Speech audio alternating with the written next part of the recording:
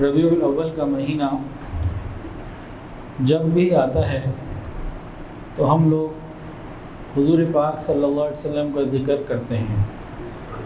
حالانکہ یہ ذکر ہمیشہ ہونا چاہیے، ربیع الاول ہی میں نہیں رہنا چاہیے، سارا سال نہیں، ساری زندگی ہر وقت ہونا چاہیے.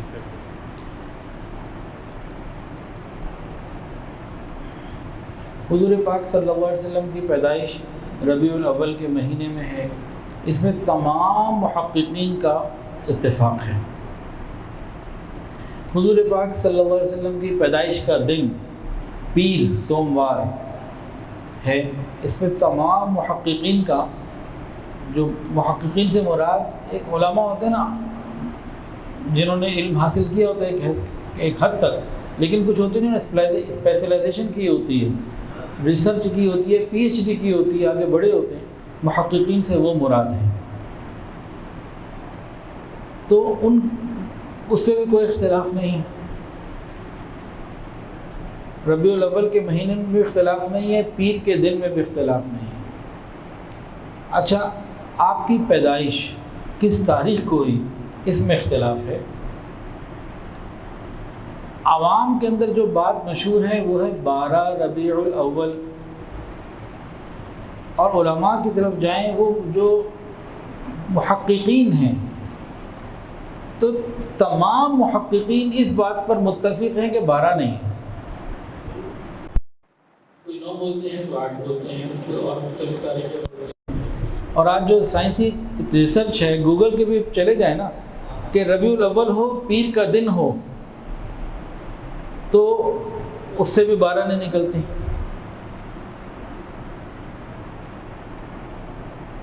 اور وفات کا دن پیر، اس پہ سب متفق ہیں. وفات کی تاریخ 12، اس پہ سب متفق ہیں.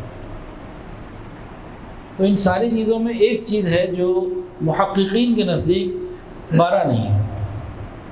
تو ہمیں یہ جتنی باتیں بتا رہا ہوں نا، اس لیے نہیں کہ ہم نے کسی سے لڑنا اور بحث کرنی ہے، اس لیے نہیں بتا رہا. تمام مسالک کے جو بڑے بڑے ہیں، جیسے بریلوی مسلک کے بڑے امام احمد رضا خان بریلوی ہیں نا، ان کے نزدیک بھی 12 نہیں ہیں. ان کی کتابوں جو ان کی اپنی لکھی ہوئی کتابیں ہیں، اپنے ہاتھ کی لکھی ہوئی کتابیں، جتنے بھی محققین ہیں کسی بھی مسلک سے، کسی بھی مذہب سے، اور کہیں بھی ہیں،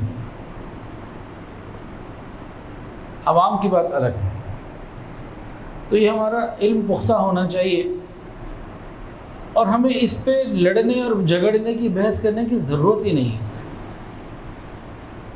آنا کس پہ چاہیے؟ حضور آئے کیوں تھے؟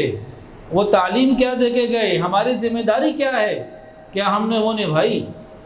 اس کے لیے ہم نے کیا فکر کی؟ کیا رسول اللہ صلی اللہ علیہ وسلم کے آنے کا مقصد ہم نے سمجھا؟ کتنا عمل کیا؟ یہ چیزیں ہیں سوچنے سمجھنے والی. ان چیزوں سے ہم دور ہوتے جا رہے ہیں. حضور صلی اللہ علیہ وسلم جس وقت زمین پہ تشریف لائے اور آپ کو غار حرا میں وحی کے ذریعے قرآن مجید کے علوم عطا ہونے شروع ہوئے، اس وقت کہ اس زمانے کو کیا کہتے تھے؟ ایام جاہلیت، دور جاہلیت، کہ علم نہیں تھا. کون سا علم نہیں تھا؟ قرآن اور حدیث کا علم نہیں تھا. اور وہ لوگ جنگلیوں جیسی زندگی گزارتے تھے، جنگلیوں جیسی. ایک عیسائی رائٹر ہے گبن، وہ لکھتا ہے at that time Arabia was the most degraded nation of the world, کہ اس وقت یہ جو عرب کے لوگ تھے یہ دنیا کی جنگلی اور درندگی والی زندگی گزارنے والے لوگ تھے. حضرت عمر فاروق رضی اللہ عنہ فرماتے ہیں جس نے ایام جاہلیت کی پوزیشن کو نہیں سمجھا وہ اسلام کی قدر کر ہی نہیں سکتا. کہ بلا وجہ معمولی سی باتوں پہ لڑائی ہو جاتی تھی. باپ کے انتقال کے بعد ماں وراثت کے طور پہ تقسیم ہو کے اولاد کے پاس آتی اور وہ بیوی والا معاملہ بھی کرتے، اور بے شمار جاہلیت کی باتیں تھیں. حضور صلی اللہ علیہ وسلم تشریف لائے اور آپ نے ان کو علم عطا کیا اور کچھ صفات بتائیں اختیار کرنے کو. اس میں صفات کی 2 کیٹیگری ہیں. ایک انفرادی ہے کہ ہر شخص اپنے اندر ان کوالٹیز کو پیدا کرے، اور ایک اجتماعی ہے کہ معاشرہ ان کو اپنے اندر عمل میں لے کر آئے۔ وہ صفات اگر ہم پیدا کر لیں تو انشاءاللہ آج یہ زمانہ، یہ معاشرہ مثالی بن سکتا ہے۔ ان صفات کو اپنانے کی ضرورت ہے، اس کے لیے تقریباً ہم لوگ تیار نہیں ہیں۔ وہ کون سی صفات تھیں جس نے اس درندگی والے معاشرے کو ایسا بنا دیا کہ جو جاہل تھے وہ عالم بنے، جو ظالم تھے وہ عادل بنے، جو لٹیرے تھے وہ رہبر بنے، پوزیشن ہی بدل گئی۔ ان صفات کو سمجھ کر عمل میں لانے کی ضرورت ہے۔ جو ننگے انسانیت تھے وہ فخر انسانیت بن گئے۔ ایک اور بات سمجھنے والی ہے، آج تو ہائر ایجوکیشن کے لیے کوئی جناب آسٹریلیا جا رہا ہے، کوئی یو کے جا رہا ہے، کوئی یو ایس اے جا رہا ہے، اور بڑی محنت کی جاتی ہے۔ رسول اللہ صلی اللہ علیہ وسلم کی پوری تاریخ میں سعودی عرب سے باہر علم حاصل کرنے کوئی نہیں گیا۔ آپ نے نہیں بھیجا کہ اس زمانے کی جو بڑی بڑی اسٹیبلش گورنمنٹ تھی وہاں تعلیم حاصل کرنے کے لیے ان کو بھیجو۔ وہ سب تعلیم ان کو مسجد میں ملی، مسجد اور مدرسہ بھی تھی، وہ مسجد مدرسہ بھی تھی۔ جیسے یہ مسجد ہے، مجھے اختلاف ہے یہاں کی انتظامیہ سے، اور ہر اس مسجد کی انتظامیہ سے اختلاف ہے کہ جہاں صرف نماز ہوتی ہے، قیامت کے دن ایسی انتظامیہ کا گریبان پکڑا جا سکتا ہے کہ اللہ نے ایک ماحول دیا، موقع دیا، آپ تعلیم کا نظام کر سکتے ہیں، درجہ حفظ ہے، ناظرہ ہے، تعلیم بالغہ ہے، بہت کچھ کر سکتے ہیں۔ صرف 5 نمازیں، اس سے کفر کو کبھی تکلیف نہیں ہوگی۔ آئے نماز پڑھے اور چلے جائیں، نہ امام صاحب تو نماز پڑھا رہے ہیں، ان کو تو پتہ ہے، پیچھے پڑھنے والے کو پتہ ہی کوئی نہیں کہ نماز کیسے پڑھنی ہے۔ تو اس سے باطل کو کبھی تکلیف نہیں ہوگی۔ میں تو ایک بات کر رہا ہوں، میسج ہر مسجد کے لیے ہے کہ صرف جہاں نمازیں ہوتی ہیں نا، باطل کو اس سے کبھی تکلیف نہیں ہے۔ جہاں دین کی تعلیم آئے گی، مدرسے کا نام آئے گا، وہاں باطل کہے گا نہیں، اس کو اب ختم ہونا چاہیے، کہ یہ حضور صلی اللہ علیہ وسلم کا میسج، آپ کی تعلیم اب لوگوں کو سمجھائی جا رہی ہے، اس سے انہیں تکلیف ہے۔ خالی ہماری نمازوں سے انہیں کوئی تکلیف نہیں، جتنی مرضی پڑھتے رہیں۔ ہماری نمازوں سے ہماری زندگی نہیں بن رہی، کافروں کے اوپر اس کا اثر کب ہونا ہے؟ نبی علیہ السلام کا جو میسج ہے اس کو سمجھیں۔ اب بعض صفات انفرادی ہیں، بعض اجتماعی ہیں۔ اگر انفرادی صفات کو میں اپنے اندر خود لاؤں تو بہترین، اجتماعی صفات کو معاشرہ لے کر، ہم معاشرے کے طور پر لے کر آئیں تو بہترین، مسئلہ حل ہو جائے گا۔ تو آئیے ہم ان صفات کا ایک چھوٹا سا جائزہ لیتے ہیں کہ وہ کون سی صفات ہیں کہ جن صفات کو نبی علیہ السلام نے صحابہ کے اندر عام کیا، انہوں نے اپنایا، اور یہ معاشرہ ایک مثالی معاشرہ بن گیا۔ ایک ایک کر کے مختصراً اس کا ہم ایک اوور ویو کر لیتے ہیں۔ انفرادی صفات میں سب سے پہلی بات علم۔ واضح فرمایا کہ علم حاصل کرنا ہر مسلمان کے اوپر فرض ہے، مردوں کے اوپر بھی، عورت کے اوپر بھی۔ اور جس معاشرے میں علم نہیں ہوگا وہ معاشرہ کبھی ترقی کر ہی نہیں سکتا۔ اب علم کے اندر بات کو سمجھنے کی پھر ضرورت۔ ایک علم وہ ہے جسے میں اور آپ علم سمجھتے ہیں، جسے ہائر ایجوکیشن کا نام بھی دیتے ہیں، وہ دنیاوی ڈگریاں ہیں بڑی بڑی۔ میں اس کا قطعاً مخالف نہیں، ضرور پڑھنا چاہیے، لیکن اس کو علم نہ کہیں تو بہتر ہے۔ علم وہ ہے جو حضور صلی اللہ علیہ وسلم لے کر آئے۔ نبی علیہ السلام نے فرمایا میں معلم بنا کے بھیجا گیا ہوں، تو کون سا علم آپ نے دیا؟ ہم تو آج اپنی اولادوں کو وہ علم نہیں دے رہے جو حضور لے کر آئے۔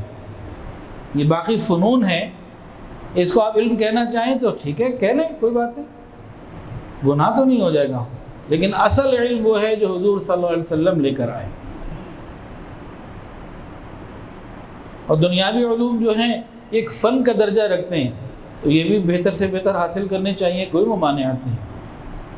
لیکن دنیاوی علوم میں آپ بڑی سے بڑی ڈگری کا مالک کوئی بندہ لے لیں، کسی بھی ڈگری ہولڈر کو، یہاں بھی کئی بیٹھے ہوں گے، کہ جی میرے پاس یہ ڈگری ہے، میں ڈبل ایم اے ہوں، میں پی ایچ ڈی ہوں، میں نے فلاں چیز حاصل کی ہوئی ہے، اس ڈگری سے کہیں آپ کو اس کی یہ چیز پتہ لگے گی کہ کردار کا بھی بڑا اعلیٰ ہے، اس کی تنہائیاں پاکیزہ ہیں، امانت اس کے اندر موجود، خوف خدا اس کے اندر موجود، تو یہ آپ کو کہیں نہیں ملے گا۔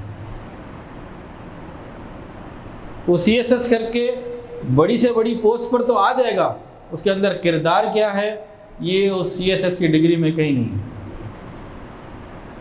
اس کے لیے پھر ہمیں نبی علیہ السلام کے اس علم کی طرف آنا ہوگا۔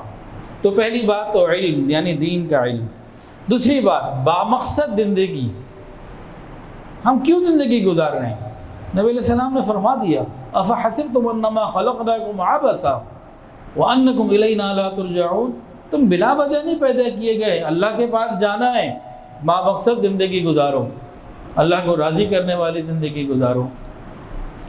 تیسری بات سچائی، کہ ہر شخص سچ بولنے والا ہو، اپنی باتوں سے بھی سچ بولنے والا ہو اور اپنے عمل میں بھی سچائی کا ہی علم بردار ہو، اور جھوٹ سے نفرت دلائی۔ اور جھوٹ ہمارے معاشرے میں اس حد تک پھیل چکا ہے کہ معاشرے کا کوئی طبقہ 6 مہینے کا بچے سے لے کر نا، یا چلے 6 مہینے زیادہ ہو گئے تو 2 سال کے بچے سے لے کے 100 سال کے بوڑھے تک اپنی زندگیوں پہ غور کر لیں، شاید کوئی دن گزرتا ہو کہ جھوٹ ہم نہ بولتے ہوں۔ اس کے علاوہ نبی علیہ السلام نے تواضع سکھائی، عاجزی، صحابہ کرام کو سمجھا دیا غرور اور تکبر یہ تباہی ہے، اللہ کی رضا کے لیے اپنے آپ کو جھکاؤ، اللہ تمہیں اٹھائیں گے۔ یہ انفرادی صفات ہیں جو ہمیں پیدا کرنے کی ضرورت ہے اپنے اندر۔ 5ویں بات جو نبی علیہ السلام نے سمجھائی، تحمل مزاجی، صحابہ کے اندر آپ نے تحمل مزاجی کو پیدا کیا، اس کے بارے میں بہت تفصیل سے ڈیٹیل میں سمجھایا۔ اگر کوئی شخص انفرادی طور پر تحمل مزاج نہیں ہے، اس کی انفرادی زندگی بیکار ہے، اس کی ازدواجی زندگی بھی ناکام ہے، وہ ہر جگہ ناکام ہوگا، ہر جگہ شکوے شکایت ہوں گے۔ ایک اچھی کامیاب اور خوشگوار زندگی گزارنے کے لیے انسان کو تحمل مزاج ہونا چاہیے۔ جو شخص تحمل مزاج نہیں ہوگا، ہر وقت ڈپریشن کا اور انڈر ٹینشن ہوگا، ہر وقت ڈپریشن میں ہوگا اور ہر وقت انڈر ٹینشن ہوگا۔ تحمل مزاجی آج ہمارے معاشرے سے ختم ہو چکے ہیں۔ اس کے علاوہ جو نبی علیہ السلام نے بات فرمائی، وہ فرمایا کہ مومن کے اندر مٹھاس ہوتی ہے۔ ایک مرتبہ نبی علیہ السلام بیٹھے ہوئے تھے، صحابہ بیٹھے ہوئے تھے، آپ علیہ السلام نے فرمایا میں تمہارے اندر ایمان کو دیکھتا ہوں، ایمان کی حلاوت نہیں دیکھتا۔ ایمان والے تو تم ہو، حلاوت ایمان نظر نہیں آ رہی۔ صحابہ نے پوچھا یا رسول اللہ حلاوت ایمان سے کیا مراد ہے؟ تو حضور صلی اللہ علیہ وسلم نے ارشاد فرمایا کہ ایک دوسرے کے ساتھ الفت سے، محبت سے، پیار سے، نرمی سے پیش آنا، آپس کے رویے، اس سے مٹھاس آتی ہے زندگی میں۔ تو نبی علیہ السلام نے سمجھا دیا کہ مومن رف اینڈ ٹف نہیں ہوتا، اس کے رویوں میں مٹھاس ہوتی ہے۔ ایک اور جو فائنلی نبی علیہ السلام نے بات بتائی نا بنیادی اعمال میں، وہ کیا بتایا؟ اخلاص، کہ تم نے جو کچھ کرنا ہے اللہ تعالیٰ کی رضا کے لیے کرنا ہے۔ اگر یہ ایک بات ہمارے اندر آ جائے نا تو ہمارے کتنے مسئلے حل ہو جائیں۔ بھئی میں نے نماز پڑھنی ہے اللہ کے لیے پڑھنی ہے، میں نے بیان کرنا ہے اللہ تعالیٰ کے لیے کرنا ہے، میں نے جناب مسجد میں جانا ہے تو اللہ کے لیے جانا ہے، میں نے کاروبار کرنا ہے تو اللہ کے لیے کرنا ہے، میں نے لوگوں سے ڈیلنگ کرنی ہے تو اللہ کے لیے کرنی ہے۔ یہ ایک بنیادی سبق ہے جو حضور صلی اللہ علیہ وسلم نے ہر جگہ سکھا دیا۔ یہ وہ اقدار ہیں جن اقدار کی بنیاد پر نبی علیہ السلام نے اس معاشرے کے انفرادی ہر انڈیویجول کو جو ہے نا وہ درست کیا، اور یہ ساری باتیں ہمارے پاس الحمدللہ موجود ہیں، کتابوں میں موجود ہیں، علماء اس کے بیان دیتے ہیں، دینی مدارس میں، مجالس میں، اللہ والوں کی مجالس میں ان چیزوں کا ذکر رہتا ہے۔ اور یہ تمام اقدار، ان میں سے کوئی بھی چیز ایسی نہیں ہے جو آپ کو پی ایچ ڈی کرنے سے روکے یا سی ایس ایس کرنے سے روکے یا ڈاکٹر انجینئر بننے سے روک سکتی ہو۔ یہ چیزیں اگر شامل ہوں گی، جس ڈاکٹر میں وہ ڈاکٹر اعلیٰ پائے کا ہو جائے گا، جس انجینئر میں ہوں گی اس کی شان بلند ہو جائے گی۔ زمین کے اوپر کوئی معاشرے کا فرد ہو جس کے اندر یہ اقدار آ گئیں، یہ صفات پیدا ہو گئیں، یہ بہترین آدمی ہو جائے گا۔ تو دینی تعلیم کا مقصد یہ نہیں ہے کہ ہم دنیا کو چھوڑ کے کہیں جنگلوں میں غاروں میں چلے جائیں گے یا دنیا کے کام کے نہیں رہیں گے، یہ مطلب کہیں بھی نہیں ہے۔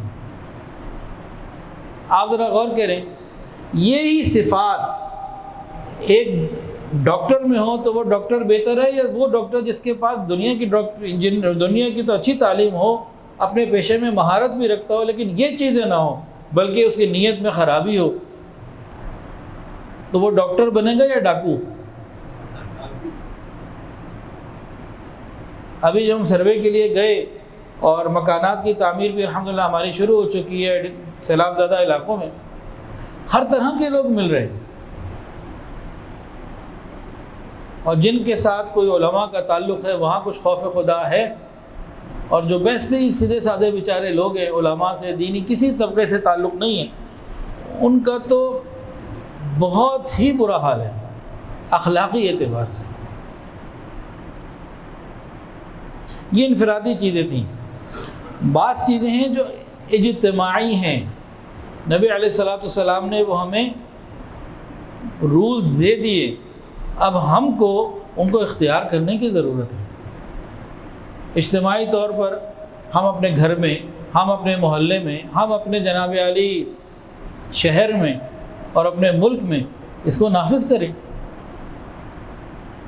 جو جہاں تک کر سکتا ہے وہ وہاں کرے۔ بھائی میں شہر میں نہیں کر سکتا، اپنے گھر میں تو کر سکتا ہوں۔ جو جہاں تک کر سکتا ہے وہاں تک تو کرے، اپنی حصے کی روشنی جلاتے جائیں، اپنے حصے کا دیا جلاتے ہم جائیں، تو انشاءاللہ ہم کامیاب ہو جائیں گے۔ اب اجتماعی صفات کیا ہیں جو نبی علیہ السلام نے اس معاشرے کے اندر ڈالی جو معاشرہ درندگی اور جنگلیوں والا معاشرہ تھا؟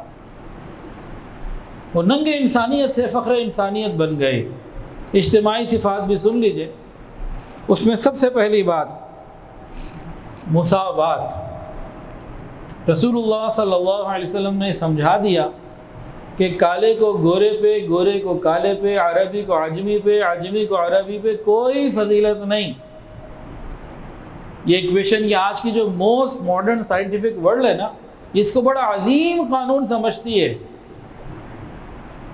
یہ تو 1400 سال پہلے نبی علیہ السلام بتا گئے، اور آج جتنے بھی مساوات کے چیمپئن ہیں نا، وہ سارے کے سارے اپنی مرضی کی مساوات کو مانتے ہیں، مسلمانوں کے خلاف یا کمزوروں کے خلاف کہیں کوئی مساوات زمین کے اوپر نظر نہیں آتی۔ آج جتنے بھی مساوات کے چیمپئن بنتے ہیں دنیا کے ادارے، کہیں بھی آپ کو مساوات نظر نہیں آتی۔ مسلمانوں کے خلاف ان کے فیصلے کچھ اور ہیں، یا کمزوروں کے خلاف ان کے فیصلے کچھ اور ہیں۔ بہرحال جو تو دنیا کی بات ہو گئی، ہم تو اپنی بات کر رہے ہیں، تو ہم نے تو اپنے معاشرے کی مساوات کو قائم کرنا ہے۔ دوسری بات جو اجتماعی صفات میں سے ہے وہ ہے انصاف۔ اللہ رب العزت فرماتے ہیں وَأَقْسِطُوا إِنَّ اللَّهَ يُحِبُّ الْمُقْسِطِينَ، تم انصاف قائم کرو، اللہ انصاف کرنے والوں کو پسند کرتا ہے۔ گھر کے اندر معاملات ہوتے ہیں، بہن بھائیوں میں ہو جاتے ہیں، رشتہ داروں میں ہو جاتے ہیں، کاروبار میں معاملات، محلے میں معاملات ہو جاتے ہیں۔ یہاں کیا مراد ہے؟ ہم حق کا ساتھ دیں، ہم اللہ کو راضی کرنے کی نیت سے خوف خدا کے ساتھ حق کا ساتھ دیں، وہ چاہے کہ ہمارے رشتہ داروں کے خلاف جائے، یا ہمارے پیاروں کے خلاف جائے، یا ہمارے محلے والوں کے خلاف جائے۔ اس کو اپنانے کی ضرورت، انصاف کو۔ تیسری چیز جو اجتماعی طور پر ہمارے اندر ہونی چاہیے وہ ہے عفو درگزر، معاف کرنا اور درگزر کرنا۔ اس کے بغیر بھی گزارا نہیں ہے۔ اور اس کو کس درجے تک سمجھایا؟ نبی علیہ السلام نے ارشاد فرمایا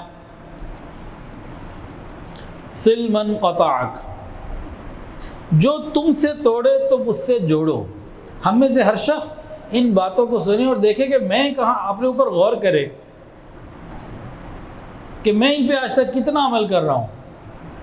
صل من قطعک، حضور صلی اللہ علیہ وسلم مجھ سے، ہر آدمی سوچے مجھ سے فرما رہے ہیں صل من قطعک، جو تم سے توڑے تم اس سے جوڑو.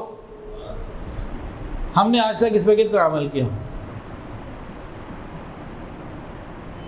واعف عمن ظلمک، جو تم پر ظلم کرے تم اسے معاف کر دو. واحسن الی من اساء الیک، جو تمہارے ساتھ برا کرے تم اس کے ساتھ اچھا کرو.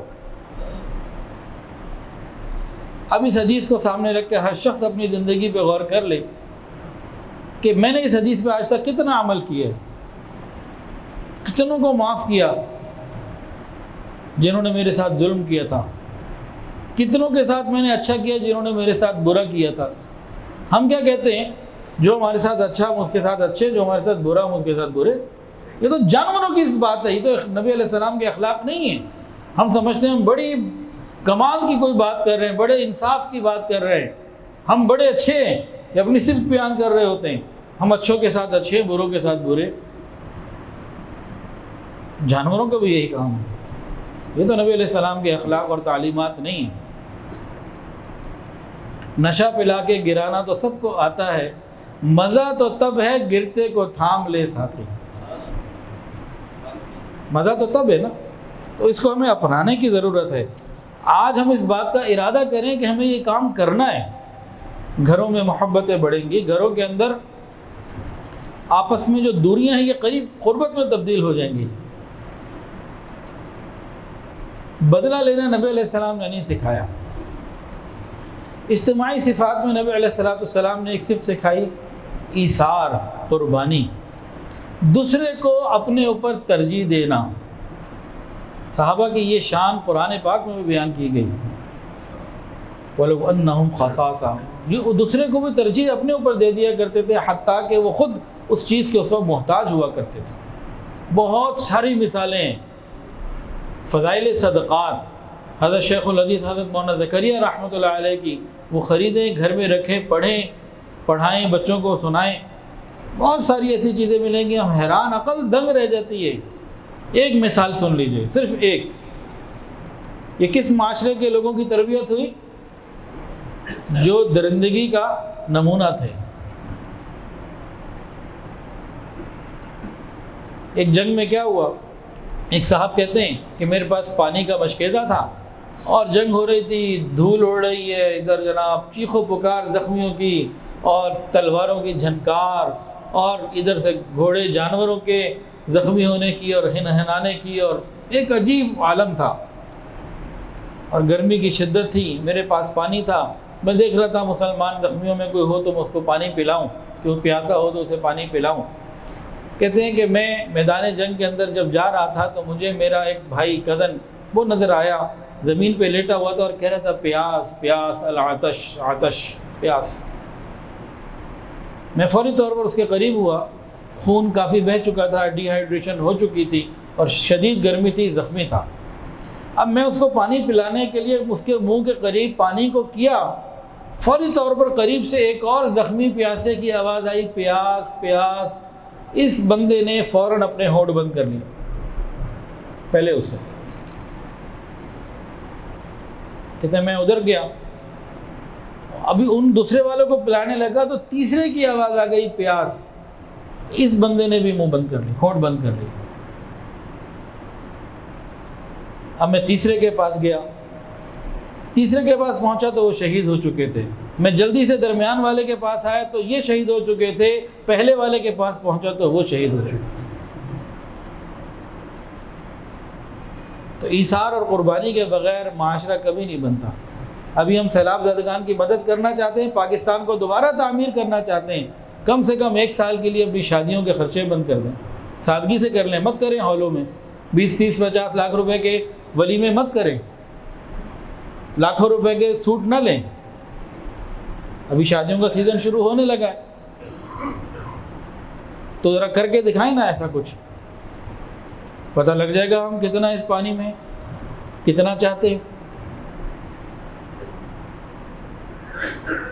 میں یہ نہیں کہہ رہا کہ حلال یا ضرورت کی چیز کو چھوڑ دیں، فضول خرچی کو خالی چھوڑ دیں، غیر ضروری کو چھوڑ کے 1 سال کے لیے ذرا سادگی پر آ جائیں اور ان غریبوں کی اور پریشان حال لوگوں کی مدد کریں.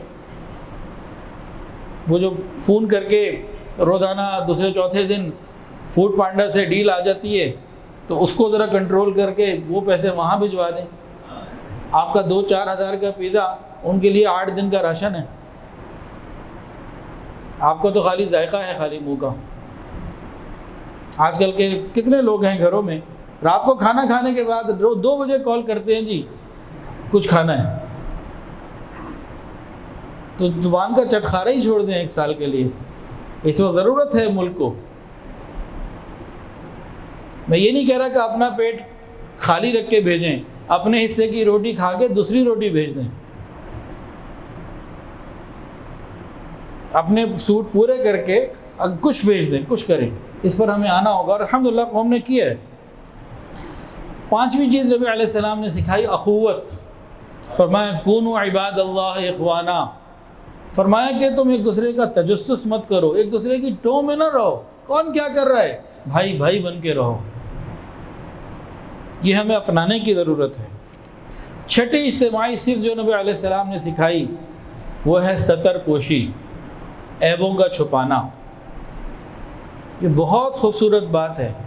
پچھلی دفعہ موبائل فون کے اوپر بیان ہوا تھا، کچھ باتیں رہ گئی تھیں. کسی دوسرے کا موبائل اس کی اجازت کے بغیر کھول کر دیکھنے کی ضرورت نہیں ہے. اس کا بھی احتیاط کرنے کی ضرورت ہے. آج کل انگریزوں میں تو یہ ہے نا فی الحال کہ بھئی ولدیت نہ پوچھو، کیونکہ انہیں پتہ ہی نہیں ان کا باپ کون ہے. اب ٹرانسجینڈر کی وجہ سے آئندہ آ جائے گا ماں بھی مت پوچھو، کیونکہ نہ ماں کا پتہ ہوگا نہ باپ کا پتہ ہوگا.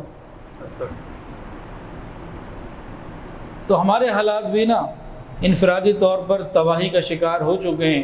کسی کو موبائل کسی کا بغیر اجازت کے کھول کے دیکھنے کی ضرورت ہی نہیں. بچنا چاہیے. ہاں ماں باپ اولاد کا دیکھیں تو ان کو بتا کے دیکھیں، ان کے علم میں ہو، لڑائی نہ کہیں پیدا ہو جائے. کئی میاں بیویوں میں، کئی شادی شدہ جوڑوں کے اندر صرف اس وجہ سے علیحدگی کے معاملات پیدا ہو چکے کہ ان دونوں نے ایک دوسرے کے موبائل دیکھ لیے تھے اور خرابیاں پیدا ہو گئیں.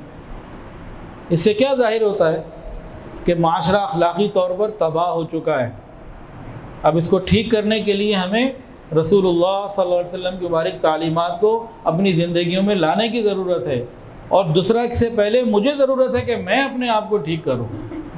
دوسرے کی ٹو میں نہیں رہنا، میں اپنے آپ کو ٹھیک کر لوں.